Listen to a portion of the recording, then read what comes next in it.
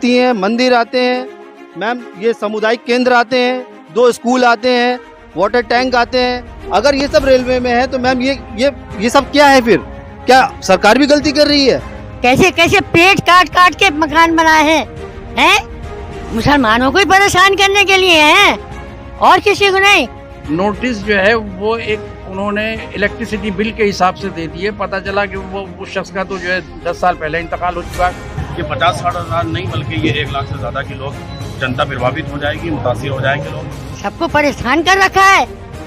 कैसे कैसे घर में अपना पेट काट काट के मकान बनाए हैं, क्यों बनाने दिए थे? 4500 घरों में मैम 50,000 से 60,000 की आबादी जो है वो बिल्कुल प्रभावित हो जाती है, रोड पर आ जाती है, जिसका मतलब कोई सुनने वाला नहीं है। मैं आपसे गुजारिश करूंगा कि थोड़ा कैमरा घुमाएं, जिसके तहत ये पक्के मकान है। यहाँ आप देख सकते हैं कि ये सारे मकान यहाँ से लेके ऊपर 1 किलोमीटर और यहाँ से लेके नीचे अगर आप मेरे जाएंगे तो 1 किलोमीटर के दायरे में मकान है। हम लोग मौजूद हैं हल्द्वानी के बनफूलपुरा इलाके में।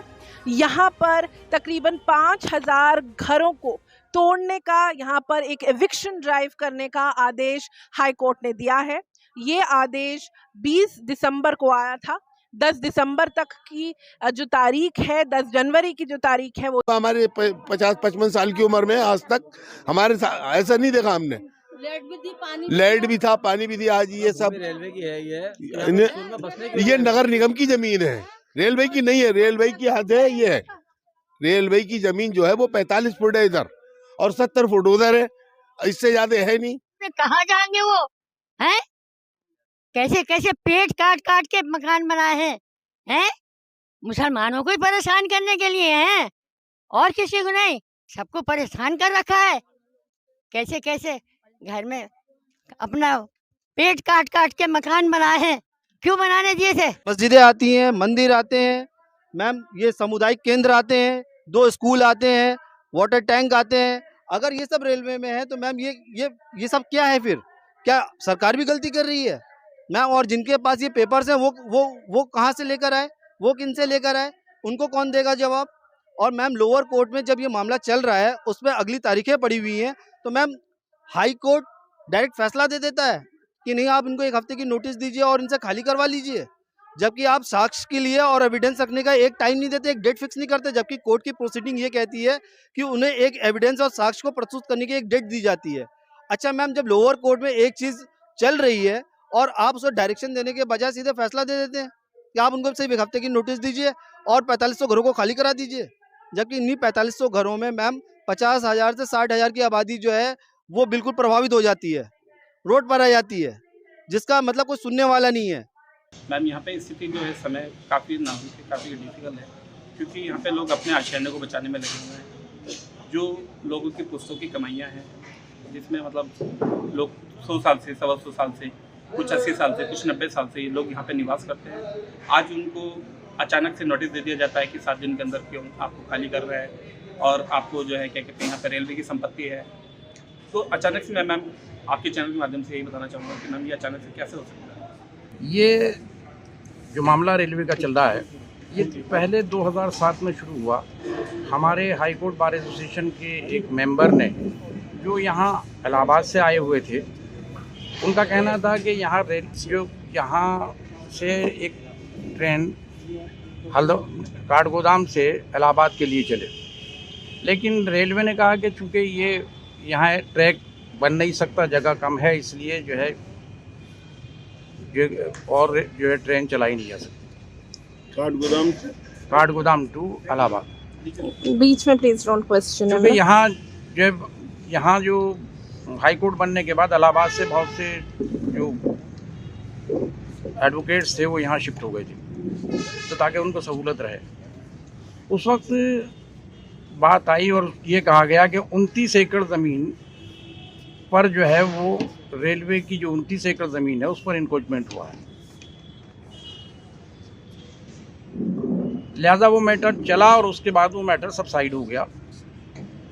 उसमें आगे कुछ ज़्यादा एक बार कार्रवाई हुई। कार्रवाई होने के बाद उसमें फिर यहाँ एक डीएम थी भूपेंद्र कौर, वो उस इलाके को जहाँ वो 29 एकड़ की बात करती थी वो उन्होंने कुछ वहाँ से इंक्रोचमेंट हटाया और ये कहा कि हाँ ये पूरा हो गया, लेकिन कुछ जो है फिर उसके बाद वहाँ बाकी लोग फिर आकर फिर वो बस गए वहाँ।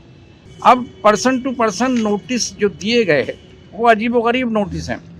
नोटिस उन लोगों के बहुत से मतलब एक बड़ी तादाद ऐसी है कि नोटिस जो लोग वहाँ ऑक्युपायर हैं उनको नोटिस ना दे करके नोटिस जो है वो एक उन्होंने इलेक्ट्रिसिटी बिल के हिसाब से दे दिए। पता चला कि वो उस शख्स का तो जो है 10 साल पहले इंतकाल हो चुका है, नोटिस उसके पास अब है।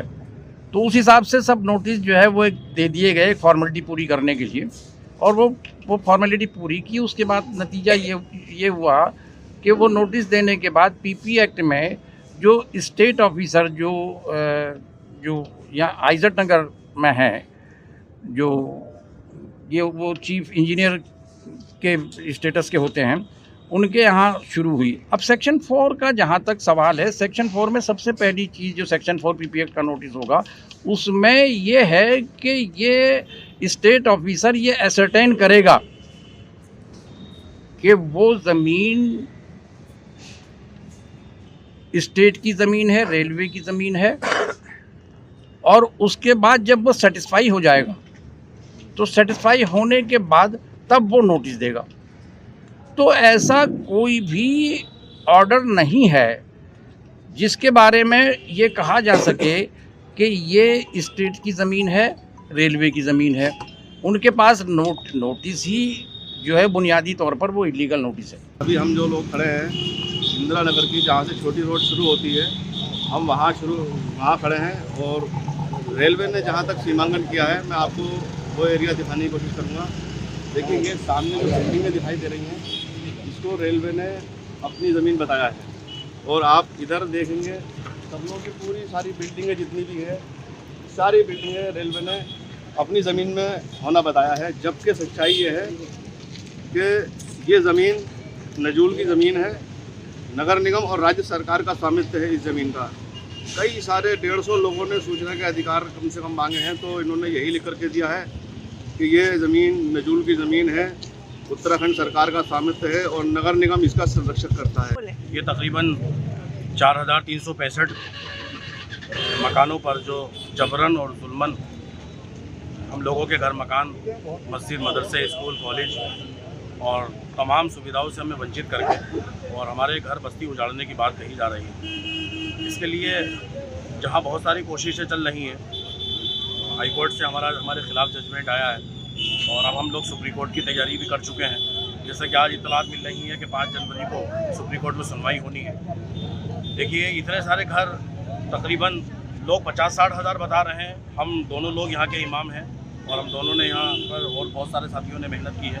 ये 50-60 हज़ार नहीं बल्कि ये 1 लाख से ज़्यादा की लोग जनता प्रभावित हो जाएगी, मुतासिर हो जाएंगे लोग, और लोग अपने घर मकान को छोड़कर कहाँ ज़िंदगी बसर करेंगे, कहाँ जाएंगे। ये हर तरीके से हम सब लोगों के लिए परेशानी का सबब है। जहाँ आज आप हजरात आए हैं, खैर मकदम है आप हजरात का,